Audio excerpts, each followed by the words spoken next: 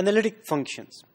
So far, we have seen what is derivative of a complex valued function, when a function is differentiable at a point, and we also discussed some very specialized conditions known as CR conditions. We can use those conditions to check the differentiability of a complex valued function at a point. And we also discussed some other properties of differentiable functions. Now we are going to see some very specialized functions which are not only differentiable at a point but are differentiable at many points. Okay? So these kind of properties gives these functions some of the most beautiful properties in mathematics. So they are very, very important functions which are analytical functions. So for example, Riemann zeta function, gamma function, etc., etc. Of course, these are analytic at some points and not at all the points. Now let's begin with the definition. How do we define analytic functions? So a complex valued function f is analytic at a point z0 provided there is some epsilon greater than 0 such that this derivative exists in epsilon neighborhood of z0. Now let's recall ourselves, how do we define epsilon neighborhood of z0? So epsilon neighborhood of z0 is basically an open disk with center z0 and radius epsilon. So for example, if this is a number in complex plane and epsilon is some number, then basically it consists of the following points which are inside this open circle. So when I say open, it means the boundary is not included, the center is z0, and the radius of this disk is basically epsilon. So this is how we define epsilon neighborhood of a point z0. So let's see once again, how do we define analytic function? So a function is analytic at a point z0. Okay, so in other words, it's the property of a point. A function is analytic at a point or not. Okay, so provided there is some epsilon greater than 0 such that this derivative exists in epsilon neighborhood of z0. So in other words, what we are requiring is not only function is differentiable at z0 but also in some epsilon neighborhood of that point. So in other words, if I take a point, a very random point in this open disk or epsilon neighborhood, let's call it z1, then this function f of z is differentiable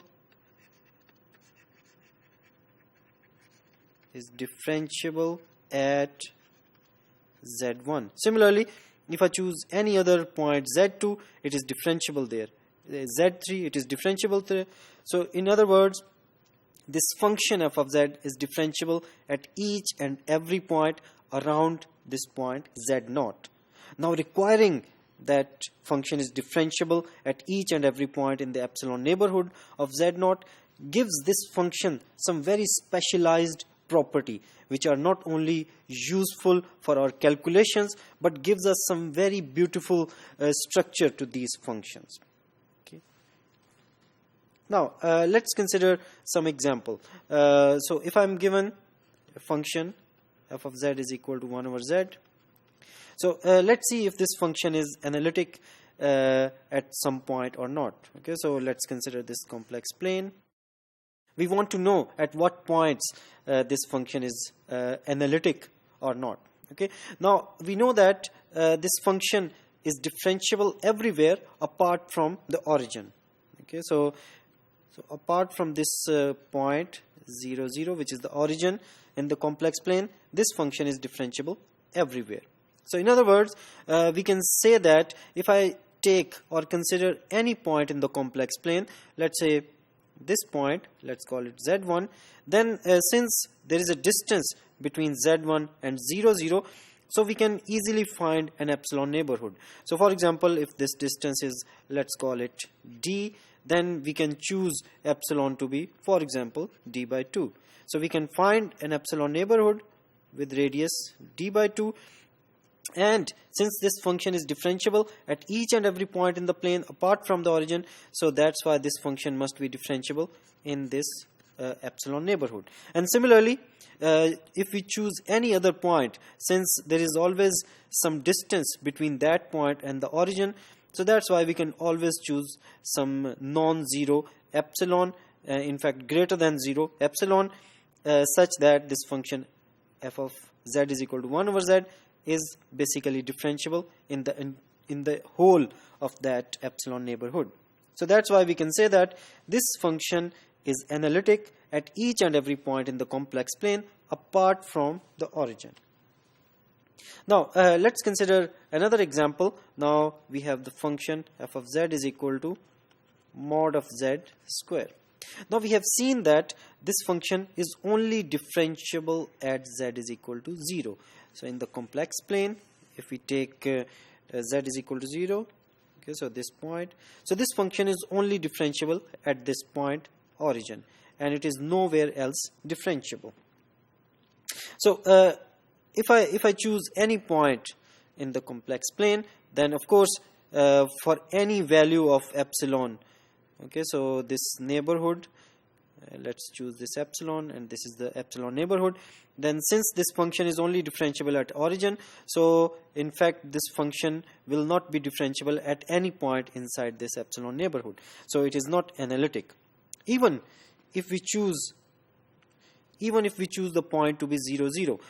Now if we take epsilon greater than 0, okay, so remember, now we want to see that if f of z is analytic at z is equal to 0, okay, question mark. Now if it is analytic at this point, then there must exist some epsilon neighborhood such that the function is differentiable at each and every point in that epsilon neighborhood.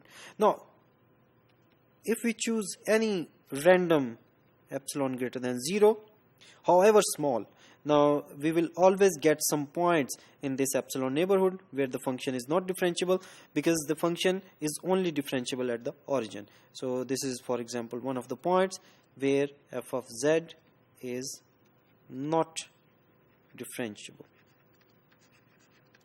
So that's why this function is differentiable at the origin, but it is not analytic at the origin. Now there are different terminologies in different texts. For example, we are calling it analytic function. In some texts they are known as holomorphic functions, and they are also known as regular functions. Okay, so if a function f is analytic at a point z0, then it must be analytic at each point in some neighborhood of z0. Now this is very important consequence of the definition. Now the definition only requires that this function f of z, if it is analytic at z0, then there exists some epsilon neighborhood. So for example, this neighborhood, and this derivative exists at each and every point inside this epsilon neighborhood. So this is the definition. This is the requirement of the definition. Now what is the consequence of this definition? If I choose any point inside this disk, let's call this z1. So this is a very arbitrary point in this epsilon neighborhood. Okay. Now the question is, if f of z, which is analytic at z0, is analytic at z1, okay, so this is the question mark now. Okay, so now we know that this function is differentiable at each and every point in this epsilon neighborhood. No, so since z1 is not at the boundary, because z1 is included in this epsilon neighborhood, and this epsilon neighborhood does not include the points at the boundary. So that's why z1 has to be inside. So since it's not at the boundary, then there will be some distance between this point z1 and the boundary. Okay, so in other words, we can find a very small neighborhood. Let's call it epsilon 1. Okay, so a neighborhood with radius epsilon 1. So in this neighborhood, the function is differentiable at each and every point, because this neighborhood is contained in this big epsilon neighborhood. So that's why we can say that this function is analytic at z1 as well. Now we can do this process for each and every point in this epsilon neighborhood, and the function will be analytic at each and every point inside this epsilon neighborhood. So a very easy consequence of the analytic function definition is that the function is analytic at each and every point in some neighborhood of z0. Okay, so this is a very important consequence of the definition. Now, as I told you earlier, if we talk about analytic function, then we talk about analytic at a point z0 or not. Okay, so it is analytic at z0 if there exists some neighborhood of z0 such that the derivative exists at each and every point. Now, what about if we want to talk about if this is analytic on a region? Okay, so the definition can be easily extended to the region. It is analytic at each and every point in the region, then we say that the function f is analytic on R. Okay, now in particular, if this region R is an open set, okay, so if we are considering an open subset of the complex plane, then we can simplify this definition further. Okay, so for example, this is some open set. Now we require that if f is differentiable at each and every point in this open set, then the function is analytic. And why we are not requiring the neighborhoods of the point now? So the idea is very simple. So since it's an open set, so by definition of open set, if we take any point inside this open set, then it has some epsilon neighborhood for some epsilon, such that that entire epsilon neighborhood is contained in the open set. Okay, so that's why if function is differentiable at each and every point in the open set, then it will also be differentiable in this epsilon neighborhood. So if we choose any random point inside this open set, let's say z1, then the function will be analytic at this point z1. Okay, so since the boundary is not included, so we can choose any point, even if it's very, very close to the boundary, still there will be some distance between the point and the boundary. So we can find a very tiny epsilon neighborhood, and since the function is differentiable at each and every point in this open set, so the function will be differentiable in this very tiny neighborhood as well. So if function is differentiable at each and every point in this open set, then as a consequence we have that the function is analytic at each and every point in the open set. And that's why we have the criteria that a function is analytic in an open set if it has derivative everywhere in that set.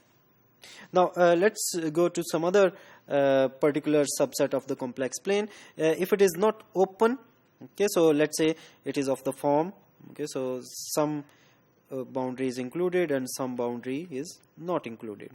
Now how do we define analytic function? Now there is a trouble here. So what's the trouble? So what about the points which are at the boundary? Okay, so because the definition requires that the function, if a function is analytic at this point, then there must exist some neighborhood such that the function is differentiable in this whole neighborhood. Okay, so to solve this issue, we require that the function will be analytic in this set S if there is some bigger open set. Okay, so let's say this one, and this set S is contained in that open set, and the function is analytic in this open set. So now let's call it O. So in this case, S is contained in O. S may not be open,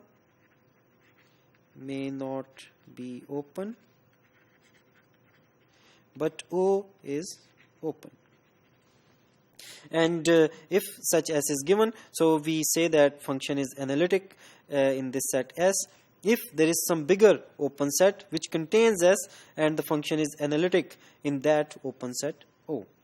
Okay, so if analytic function, okay, if we are given a function and it is analytic on the whole complex plane at each and every point in the complex plane, then it's a very special function and we call it an entire function. Okay, so what are the examples of entire function? So we know that polynomials are always differentiable, so we can say that polynomials are entire functions, and during our course we will see some other functions which are entire functions. Okay, so if we have a function which fails to be analytic at a point z0 but is analytic at some point in every neighborhood of z0, then z0 is called the singular point or singularity of f. So for example, let's say this is a complex plane and this is the point z0, and the function is not analytic at z0 but is analytic at some point in every neighborhood of z0. Okay, so for example, if I choose this neighborhood around z0, and if we can find a point, let's say this is z1 and the function is analytic at this point z1, and if we choose any other neighborhood, let's say this one, and the function is analytic at this point, let's say z2, and similarly whenever we choose a neighborhood of z0, we can always find a point where the function is analytic. Then this kind of point z0 is known as a singular point. Now, do we know examples of functions which have some singular points? Yes, we have seen this function 1 over z. It has z is equal to 0 as singularity. Now, why it is a singularity? Now, clearly the function f of z is equal to 1 over z is not analytic at z is equal to 0. So what is the reason? So the reason is very simple. The function is not differentiable at 0. Okay, so f of z is equal to 1 over z is not differentiable at z is equal to 0. So the derivative of this function does not exist at z is equal to 0. So that's why every neighborhood of this point z is equal to 0 will contain a point where the function is not differentiable. And what is that point? Z is equal to 0. And it is differentiable at on the whole complex plane apart from this point z is equal to 0. Okay, but now let's talk about if this point z is equal to 0 is a singular point or not. Now if we choose any neighborhood of this z is equal to 0, then we can find a point, we can always find a point where the function is analytic. So why we can find such point? Because around this point there always exists a very tiny neighborhood such that the function is differentiable at each and every point around or inside this epsilon neighborhood in this very green, okay, so neighborhood. So that's why the function is analytic at this point. And similarly we can choose whenever we will choose any other neighborhood of this point z is equal to 0, we can always find a point where the function is analytic. Okay, so that's why we can say that this z is equal to 0 is basically a singularity of this function f of z is equal to 1 over z. So in this part we introduced what are analytic function. We also saw some very simple examples of analytic function. Of course, we will see some very advanced examples in our further discussions. Now, we will continue our discussion on analytic function in our further parts.